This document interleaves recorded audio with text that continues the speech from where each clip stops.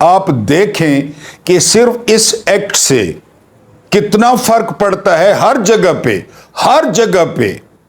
لیکن ابھی نواز شریف جو ہے وہ ان کا یعنی دیکھا جائے ان کا ٹیمپرامنٹ دیکھا جائے تو ان کا دل یہ ہے، لیکن ان کی جو سب سے بڑی رکاوٹ آ رہی ہے وہ ان کی بیٹی ہے. ان کی بیٹی اتنی نالائق ثابت ہوئی ہے اور اتنی بری ٹک ٹاکر ثابت ہوئی ہے کہ اب میرا خیال ہے کہ اسے شاید کوئی آئندہ وزارت بھی نہ ملے اگر جو ہے نا فیئر الیکشن ہو گئے کبھی. تو ابھی بھی ہاری ہے، ابھی کوئی جیتی ہے، ابھی بھی ہاری ہے. اس کی راہ میں جو رکاوٹ ہے وہ جو ڈائن نما عورت ہے، جو انتقام پسند عورت ہے، کہا جا رہا ہے کہ وہ سب سے بڑی رکاوٹ ہے، اور اس کے ساتھ اور بھی کوئی مالشیے پالشیے وہ بھی شامل ہیں. لیکن اگر یہ چیزیں نواز شریف پوری کریں اڈیالہ جیل کے باہر جا کر کہ ہم نے جی لندن پلان کیا، ہم نے جو ہے وہ ڈاج کیا، ہم نے اسٹیبلشمنٹ کے ساتھ مل کر کھیلا، ہم نے قاضی فائد عیسیٰ کے ساتھ مل کر کھیلا، ہم نے سکندر سلطان راجہ کو اپنا پپٹ بنایا، ہم نے فارم 47 لیے اور تھوک کے حساب سے لیے، تو پھر عمران خان مذاکرات کریں، بالکل کوئی حرج نہیں ہے. حکومت کے ساتھ نہیں، سیاسی جماعتوں میں مذاکرات ہوتے ہیں اور اسٹیبلشمنٹ کو اپنے دائرہ کار میں واپس کرنے کے لیے اور قانون اور آئین کے نیچے لانے کے لیے تو یہ کریں. لیکن جب دوسری طرف دیکھتے ہیں کہ عدلیہ میں کون سا کھلواڑ یہ مچا رہے ہیں، ایسا ہے یعنی اب تو سمجھ ہی نہیں آ رہی عدلیہ کو. خود بھی جسٹس منصور واپس آئیں گے 9 ستمبر کو، تو یہاں پہ دیکھیں نا کہ کیا کچھ ہو گیا ہے. ان کو پہلے تو میرا خیال ہے 2 دن سمجھ ہی نہیں آئے گی، جتنی ترمیمیں آ چکی ہیں، جتنی تجاویز آ چکی ہیں، جتنا قاضی گند مچا چکا ہے. بہرحال نواز شریف نے اگر مذاکرات کرنے ہیں تو وہ یہ کام کریں، اقدامات کریں، ان کا اپنا قد بھی بڑھے گا، سیاسی عوامی اور جو ہے وہ مذاکرات کے لیے فضا بھی سازگار ہوگی. لیکن آپ لوگ اگر اس تجویز سے متفق ہوں تو آپ نے کومنٹس میں جو ہے وہ لازمی لکھنا ہے. ویسے بھی آج کل چینل کی جو رینج ہے وہ تھوڑی ڈاؤن ہو گئی ہے، تو مجھے آپ سے پیار بھرا شکوہ بھی تھا کہ لائکس کم ہوتے ہیں. اگر آپ ڈس لائک کرتے ہیں تو ڈس لائک کا بٹن دبا دیے کریں، یعنی چینل کے ساتھ کسی طرح انگیج رہا کریں، کوئی نہ کوئی بحث چھیڑ دیے کریں کہ جی ہمیں یہ بات پسند نہیں آئی یا یہ بات اس طرح ہونی چاہیے. تو تھوڑا بہت ہیلپ کریں چینل میں، اور ہیلپ یہی ہے کہ جتنے زیادہ لائکس ہوں تو چینل کی رینج بڑھتی ہے، اور جتنے زیادہ شیئر ہوں اتنی چینل کی جو ہے وہ رینج بڑھتی ہے. تو تھوڑی جو ہے وہ شفقت کر دیا کریں. دوسری جو خبر ہے وہ یہ کہ فیض حمید کی گرفتاری کے بعد آج پہلی کور کمانڈر کانفرنس ہوئی ہے راولپنڈی میں، اور اس میں ظاہر ہے شہداء کو جو ہے وہ خراج تحسین پیش کیا گیا، شہداء کی فیملی کو خراج تحسین پیش کیا گیا. پھر اس عزم کا اظہار بھی کیا گیا کہ بلوچستان میں اور KPK میں جو دہشت گرد ہیں ان کے ساتھ جو ہے نا وہ نپٹا جائے گا اور امن بحال کیا جائے گا. اس کے علاوہ کشمیر اور فلسطین کی بات ہوئی. لیکن جو سب سے امپورٹنٹ بات تھی اور جس پہ بہت سارے صحافیوں کے کان کھڑے ہوئے ہیں اور کئی صحافیوں کے طوطے یا کبوتر بھی اڑے ہیں، وہ یہ بات تھی کہ جو ہے وہ کور کمانڈر کانفرنس میں لگاتار جو ذکر چل رہا تھا وہ ذکر چل رہا تھا 9 مئی کا، کہ 9 مئی والوں کے ساتھ یہ کریں گے، 9 مئی والوں کے ساتھ یہ کریں گے اور وہ کریں گے. آج پہلی دفعہ، یعنی یہ ویڈیو تو انشاءاللہ آپ کل دیکھیں گے، اجلاس آج ہوا ہے، تو یہ جو ہے وہ اس میں 9 مئی کا ذکر نہیں تھا. اب یہ چھوٹے چھوٹے جو ہے نا چھوٹے چھوٹے انڈیکیٹرز ہوتے ہیں، یعنی یہ چھوٹے چھوٹے وہ کانفیڈنس جو بلڈنگ میئرز ہوتے ہیں، تو اس میں اس کا ذکر نہیں کیا گیا. اب اس کے جو ریزلٹس ہیں وہ چند دن بعد آئیں گے. اس سے پہلے میں آپ کو بتا چکا ہوں کہ نواز شریف خواہش کا اظہار کر چکے ہیں کہ وہ مذاکرات کرنا چاہتے ہیں، تمام سیاسی جماعتیں مل بیٹھیں اور اس کے بعد کوئی حل نکالیں تو بہت اچھی بات ہے. میں نے تجاویز دے دی کہ اس طرح وہ کریں. تو بہرحال آج جو کور کمانڈر کانفرنس کا اعلامیہ تھا اس میں پہلی دفعہ 9 مئی کے بعد پہلی دفعہ جو ہے اس میں 9 مئی کا اعلامیہ میں ذکر نہیں تھا.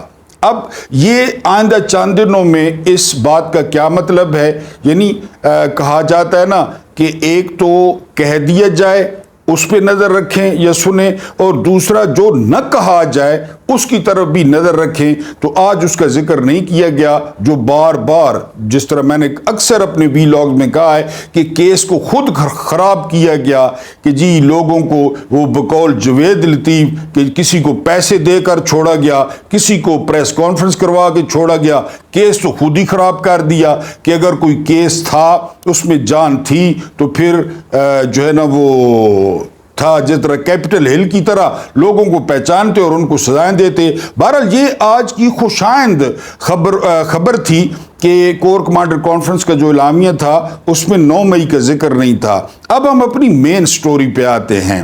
میں نے آپ کو اختر جان مینگل کا جو ہے وہ تعارف بتایا۔ اختر جان مینگل کے جو والد تھے نا اطول مینگل، وہ بڑے پائے کے سیاستدان تھے۔ وہ بلوچستان کے گورنر بھی رہے اور وہ بلوچستان کے وزیر اعلیٰ بھی رہے، لیکن بدقسمتی سے بھٹو صاحب جنہوں نے زیادہ تر وقت فیلڈ مارشل ایوب خان کے ساتھ گزارا تھا، بلوچستان کی جو پہلی عوامی حکومت ڈسمس ہوئی تھی وہ بھٹو صاحب نے کی تھی، اور وہ حکومتی اطول مینگل کی، یعنی اختر مینگل کے والد کی، اور آج جو ہے اطول مینگل کی یعنی اختر مینگل کے والد کی آج اطول مینگل کی جو ہے وہ برسی تھی، اور ان کی برسی والے دن ان کے بیٹے اختر جان مینگل نے وہ قومی اسمبلی کی رکنیت سے استعفیٰ دے دیا۔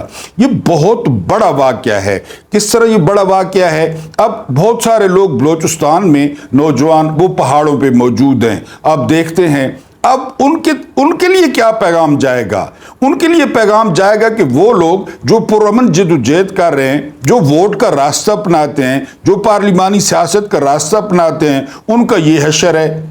اور واضح طور پہ اختر جان مینگل نے باہر آ کر کہا کہ انہیں کرنیلوں کی اور جرنیلوں کی یہ جو عمارت ہے، اس عمارت کا میں حصہ نہیں بننا چاہتا، یہ کوئی جمہوریت نہیں ہے۔ اور بلوچستان میں خاص کر انہوں نے کہا کہ کوئی حکومت نہیں ہے۔ اس سے پہلے والے ویلاگ میں بھی میں نے رونا رویا کہ بلوچوں کو ان کے اوریجنل نمائندے چننے کا حق دیا جائے، وہ مہرنگ بلوچ کو چنے، وہ اختر جان مینگل کو چنے۔ اور یہ بھی ذہن میں رکھیں کہ اختر جان مینگل نواز شریف کے دور میں وزیر اعلیٰ بھی رہ چکے ہیں، یعنی ان کی اہمیت کا آپ یہاں سے اندازہ کریں۔ اختر جان مینگل بلوچستان کے سابقہ وزیر اعلیٰ بھی ہیں، تو ان کی کتنی بڑی اہمیت ہے، کیونکہ اس سے بہت جو نیگیٹو میسج ہے وہ بلوچستان میں جائے گا کہ یہ لوگ ووٹ الیکشن لڑتے ہیں، ووٹ لیتے ہیں، اس کے بعد اسمبلی جاتے ہیں، اسمبلی والے ان کی سنتے نہیں ہیں، نظام ان کی سنتا نہیں ہے۔ کیونکہ آج اختر جان مینگل نے کہا کہ نہ اس ریاست پہ اعتبار ہے، نہ ریاست کے اداروں پہ اعتبار ہے۔ میں آپ کو کئی دفعہ بتا چکا ہوں کہ ایک ریاست کی سروائیول کے لیے، ایک ریاست کی کامیابی کے لیے جو سب سے بڑا ایلیمنٹ ہے وہ اعتماد ہے۔ اب آپ اپنے آجو باجو نظر دوڑا لیں، کیا آپ کو وفاقی حکومت پہ جو ہے نا وہ اعتبار ہے؟ اگر آپ پنجابی ہیں تو کیا آپ کو پنجاب کی حکومت پہ اعتبار ہے؟ اگر آپ پٹھان ہیں تو کیا آپ کو KPK کی حکومت پہ اعتبار ہے؟ آپ خود جج کر لیں۔ اگر آپ سندھی ہیں تو آپ کو سندھ کی حکومت پہ اعتبار ہے، یہ سارا آپ نے خود جج کرنا ہے۔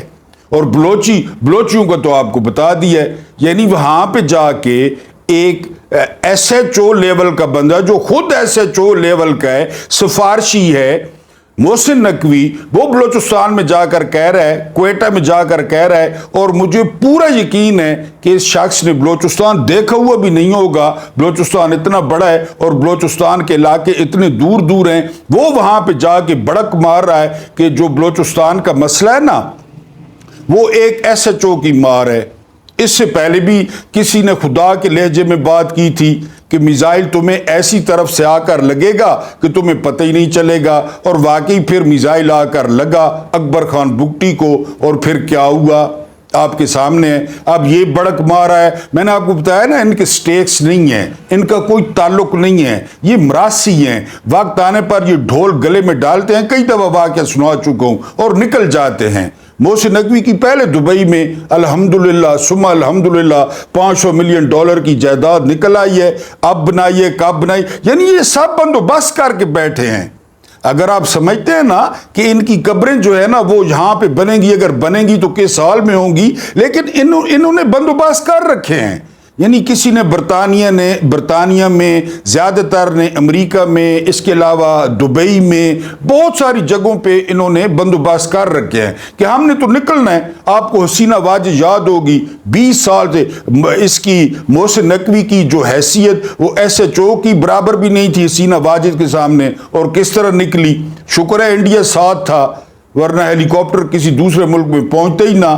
تو بہرحال وہاں پہ اوریجنل لوگوں کی حکومت نہیں ہے، اور یہ میں نے آپ کو پہلے بھی بتایا تھا کہ بلوچستان وہ بدقسمت صوبہ ہے کہ الیکشن یا جو پولنگ ہے وہ ہوتی ہے کوئٹہ میں، وہ ہوتی ہے یوب میں، وہ ہوتی ہے تربت میں، وہ ہوتی ہے اوسطا محمد میں، لیکن اس کے جو رزلٹ کمپائل ہوتے ہیں وہ اسلام آباد میں ہوتے ہیں۔ یہ واحد صوبہ ہے، اس کی جو گنتی ہوتی ہے، جو تقسیم ہوتی ہے، وہ اسلام آباد میں ہوتی ہے۔ بلوچستان کی حکومت اسلام آباد میں بنتی ہے۔ اختر جان مینگل بالکل ٹھیک کہہ رہے ہیں، بالکل ٹھیک کہہ رہے ہیں۔ اب جو شخص، یہ اس شخص کا آپ کو پتہ ہے، یہ نگران حکومت میں وزیر داخلہ تھے موصوف، یہ حوالدار، جس کو حوالدار کہا ہے اختر جان مینگل نے۔ سرفراز بگٹی نگران حکومت میں وزیر داخلہ تھے۔ 4-5 دن پہلے، یہ تو سسٹم اسی طرح ہے نا، 4-5 دن پہلے ادھر سے استعفیٰ دے دیا، موجہ مار کے پیپلز پارٹی میں شامل ہو گئے۔ اور پھر آپ کو پتہ ہے کہ پیپلز پارٹی آج جس طرح سینٹ میں لڑائی ہوئی، وہ ابڑو صاحب نے شہادت علی، پیپلز پارٹی کے میرا خیال ہے شہادت علی تھے، ان کو کہا کہ بکواس بند کرو، کرسی اٹھا کر ماروں گا، تم لوگ ٹوٹ ہو، تمہاری حیثیت کیا ہے؟